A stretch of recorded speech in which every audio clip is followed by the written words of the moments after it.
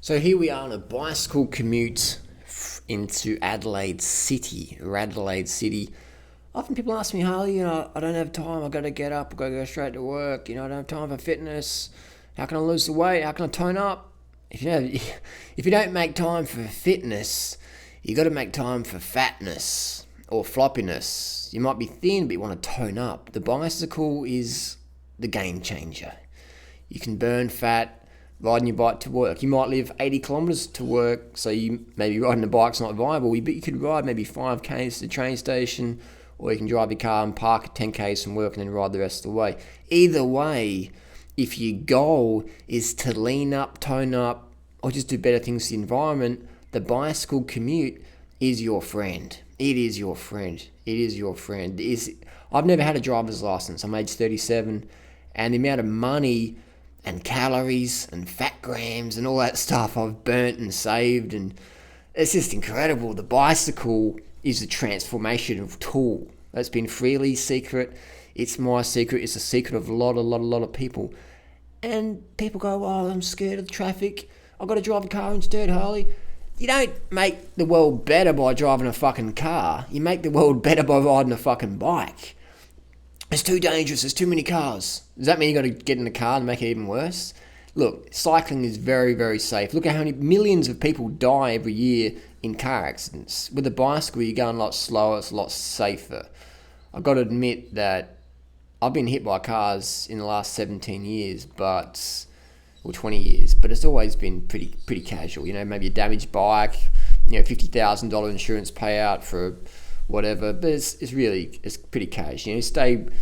Wear bright clothing, it's not that. But anyway, it's fucking aesthetics you're looking for, man. People do fucking steroids and risk heart attack to get aesthetic. People do cigarettes and shit to lose weight. Ride your fucking bike to lose weight, and eat high carb diet so you can bang it out day after day. There's no point adding heaps of fat to your diet unless you're going to burn it off. Eat carbohydrate instead. So you can see here, all these people are passing me, but I'll catch them once the traffic slows up and we hit peak hour. I'll be passing them. I'll be getting fitter. They're getting fatter. They're getting floppier. They're wasting money. They're wasting resources driving the car to work when I'm driving the same distance as their commute in the city on my bicycle. That's what it's about. So I'm pedaling my little legs away. You can see the silhouette there in the shadows wrong side of the road there, mate. And here we go along, cruising along, speeding along here. Bit of tailwind. Cruising along. Then this hasn't been sped up or whatever. This is just normal. This is a 17-minute video, so bear with me if you want to listen. We'll just chat and chit-chat. So again, the red light's about to come up, and once these cars make traffic, cars hold up traffic. Peak hour, it's because it's fucking cars, man. Now, I'm not against cars by any means. I'm just merely putting out there a theory, not a theory, but a practice that the bicycle is a much more efficient way to get around the city. When I'm in Bangkok, when I'm in New York City, when I'm in Los Angeles, when I'm in London, when I'm in Paris, when I'm in Singapore, when I'm in KL, when I'm in Jakarta, the bicycle is my primary transport modality. It's incredible. The bicycle is just, you can do things on a bike you can't do in a car. Cars are handy, bicycles are better. Simple as that. And I would recommend living in places where a bicycle is friendly. So if you live in Siberia, maybe it's a bit challenging in winter time, but for most of us, we don't live in those sort of inclement weather. And even have a break if you want to live in those places. Have a break from cycling winter, fair enough. Snow skidder work, whatever. But look at this. Who's burning fat? Who's getting fat? You know what I mean? These people are fucking hating it. I'll tell you what, man, I would be hating it too. Stuck in traffic. When you could be building your fitness, maintaining your fitness, gaining fitness. People say, Harley, freely, I want to get leaner, I want to get toneder, but I'm scared of traffic. Well, you got to have your fucking goal as paramount and put everything else behind that. You can't have fear as your number one drive. You got to have your goals as your number one drive. So you got to have your goal and align your life with that so you can achieve that goal. Look at those cars I pass, man. Getting fitter, my heart rate's pumping. And I'm a little bit late here, so I'm just zinging it out. So the good thing about the bicycle, if you're late, you're getting fitter because you've got to push harder and you've got to burn more fats.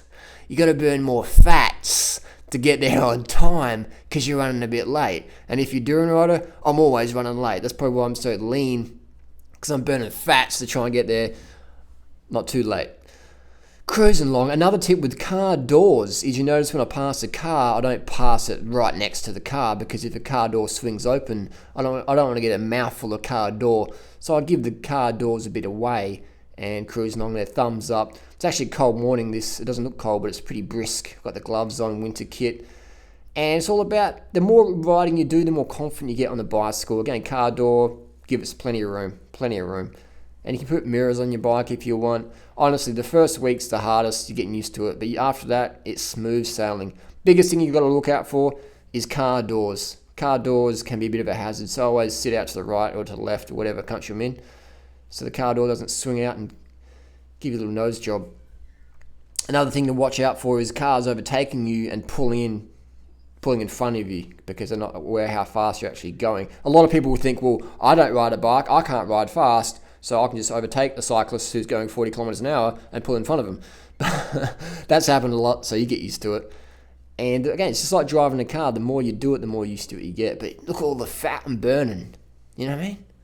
All those cars behind me, still behind me, getting caught in traffic. And we're not even in the thick of it yet.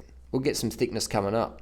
But again, this is the beauty of the bicycle. You can get an e-bike, electric bike that sort of assists you at pedaling. You can just have a normal bike, a commute bike, race bike. I do recommend getting a proper bike fit from your local shop. If you live in Adelaide, Australia, there's a few good bike fit shops. There's the Giant store in the city. Speak with Ashley. There's North Adelaide Cycles. Speak with Kim. And there's Corsa Cycles on Goodger Street. Speak with Steve Nash. And here I'm having a chat with this young lady here. Another thing about cycling is it's more social. You can't really talk to someone in a car. They think you're some sort of deviant. But when you rock up on a bike, you can have a chit chat. Because when you're on a bicycle, you are more approachable. You can approach more people. That's just how it is. Bikes make the world a better place. A friendly place. Green means go. Boost, off the lights. Always check left and right. Make sure no one's running the lights. Boom, back in action. Nice chatting with you. I've got to go. Late for work. Heading on to the office here, and got a new job at McDonald's, working as assistant manager to a McDonald's store in the city. So I've got to get there on time. Cruising along. So, the cars, people go, the car's a bit faster than you, but they're not getting fitter. Who's getting fitter? Banana Boy. Now the car's getting passed because the traffic's starting to slow down. Again, when the traffic slows down, it's good to be paying more attention, because car doors open, people turn, kids jumping out of the cars to school, whatever. So when it's traffic density, just keep your eyes open. And so get a bit of a draft behind this car here. Don't recommend doing that, but that's just what I've done as a bicycle messenger for many years. A bit more experience than the average rider, but I don't recommend it. But this guy's in my lane anyway, he's turning left. So we're just going to have to go around him and zigzag through. Again, I don't recommend cutting through traffic like that at high speed, but I've done it so many times, I'm pretty confident. I know my limit. So it might look dangerous to you, but it's not, but I don't recommend it. Over time, you'll get the feel for traffic. You'll get the feel for it. But at the start, you can just cruise along. So don't look at this antics, because this is probably a bit reckless endangerment of lives. And again, we're just going to catch up the cars here. So Adelaide is a very, very good city for riding. Not much traffic, really. A lot of cities like Bangkok. Bangkok is apparently the most car-dense city on the planet in terms of like how much peak hour traffic there is. And Bangkok is definitely a heaven for cycling around, because it's just the quickest way to get around. I can beat the motorbike taxis in Bangkok. Bangkok is a very, very friendly traffic, very friendly place to be as a cyclist, definitely. So again, we're coming up to another little red light here. Cars getting caught. Cyclists win. Boom, boom, boom, boom, boom. That's a car passed me before. Now, see you later, buddy. And now it's game over. It's game over for all these cars now. They will not see me again once we hit into the city. Was that Ferrari? Maybe. Beating the Ferrari, man. Beating the Ferrari. Or Lotus, whatever it was. Anyway, doesn't matter. They're dropped. They're fucking dropped. Banana Boy is just gassing it to the city. Beautiful churches here on the right. Adelaide City, fantastic place. Red light, zigzagging through. Again, when I'm hitting traffic with caution. I don't want to... Oh, what else is going on here, mate? That's a highly illegal move. Let's throw that lad in jail, lock away the keys. Again, zigzagging through. Thanks, got to go to work. Got a new job at McDonald's, a bit late. See you later, boom, red light. Good thing this is not me riding, otherwise this would be police evidence. So wherever the cyclist is a bit reckless. So again, there's a cyclist on the left. I'm just going to go on the right lane. because left lane's a bit dodgy, right lane's open. Let's put the power down. Let's go. Let's use some carbohydrate. Let's burn some fat and get to work. Let's do it. So cruising along here, and again, I've cycled a lot of places around the world. Adelaide would be my pick. Adelaide would be my pick. And when you're filtering through traffic, again, you're being wary of car doors. You're being wary of indicators and lights. People driving around. It looks like the person here in this video is going fast, but it's, it looks faster than it really is. But it is pretty fast, I admit. Green light, go, boom, gas, off the lights. Just high speed. High speed. These cars don't like that at all. Another red light. Ooh, gee, mate, you beat that cyclist to a red light. Good on you, mate. Good on you. Guess who burned more fat in that last 30 seconds? Guess who? Yep, the cyclist did, buddy. Red light, getting ready for the green, get ready for the launch.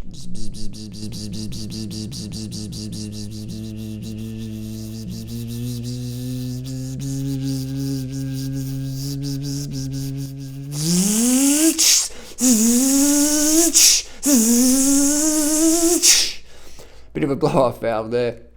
Again, the cars, no chance, because they're just getting backed up, and they don't like being embarrassed by the cyclists. So you can be a shit stir in traffic. But again, the bottom line rule for safety cycling is don't take risks, learn your limits, and be a responsible rider.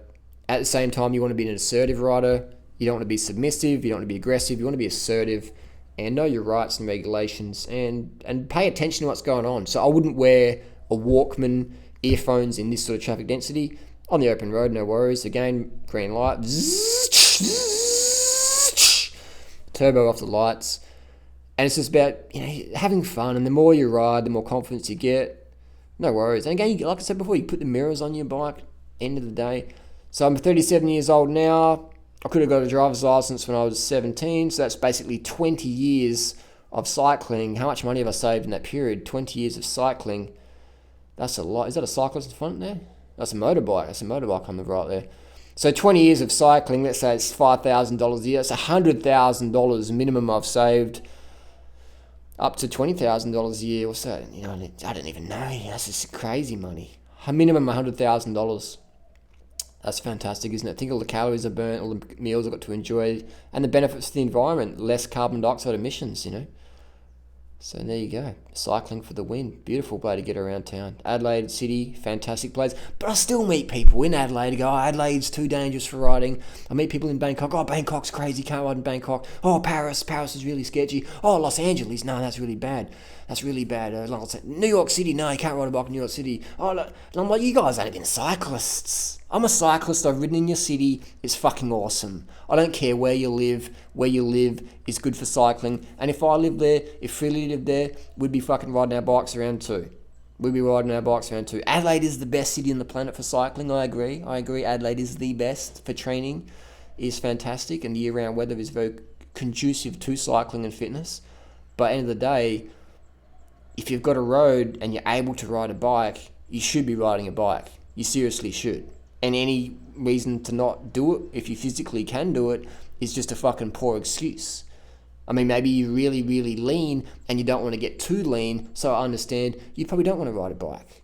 But if you've got a bit of weight you want to shift, you want to tone up, build a bit of fitness, heal your metabolism and get some good results, then definitely the bicycle is going to be your friend.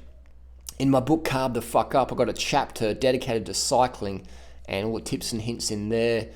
So I recommend get a copy and you'll learn a lot of tips that I've learned from many, many years of cycling. The things that I had to learn the hard way, you can learn the easy way. Just read my fucking book and you'll get it all for free or for $30. But you know what I mean? $30, the stuff that's taken me 20 years to learn basically.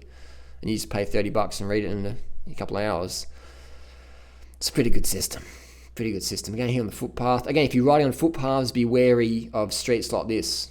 Because, cars can be coming left and right. So you always been looking left, right, looking for pedestrians, looking for cars, looking for dogs, looking for cats, looking for rats, looking for kids with basketballs and baseball bats.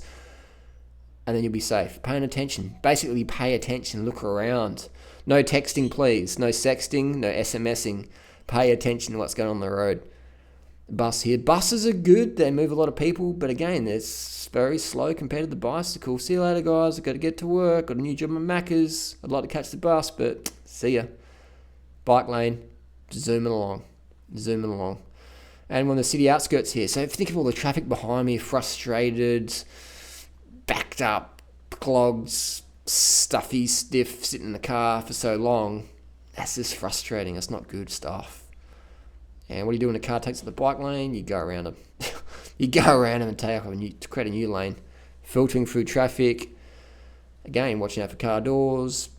Always go a bit slower when you're filtering through traffic because things can step out in front of you. Red light, red light, red light. Just again, waiting, getting ready to launch. Push the bike into the launch mode. Launch mode. Here we go. 3, 2, 1.5. 1. Half. Oh, I'll stop doing that. But here we go, Rundle Street, and you know what the deal is. All that traffic behind me. So I'm at my goal destination. I don't have to worry about parking. I've got a sensible lock for my bike. Another quick thing on locks, use a cable lock instead of a D-lock. D-locks are heavy and strong, and you can leave them at your workplace, leave them in the city, whatever. Put some stickers on your bike. That will prevent theft. Oh, no, it won't prevent theft, so it'll deter thieves, because most thieves are heroin addicts, they're smackies. They want to get a hit. They want to sell your bike for $50 or $100 in the next hour, and they're going to take it to a pawn shop or whatever. And if your bike's covered in stickers or whatever, they don't want to do that. They don't want to spend time. Junkies are lazy. If they weren't lazy, they'd have real jobs. So if you make the bike theft a little bit harder, they'll go find someone else's bike. And here we are. At my destination. Look at that, you know what I mean? Look at that. That's what we call time productivity. Look at that. That's my park. Right there. How good is that? Burn fat, not oil.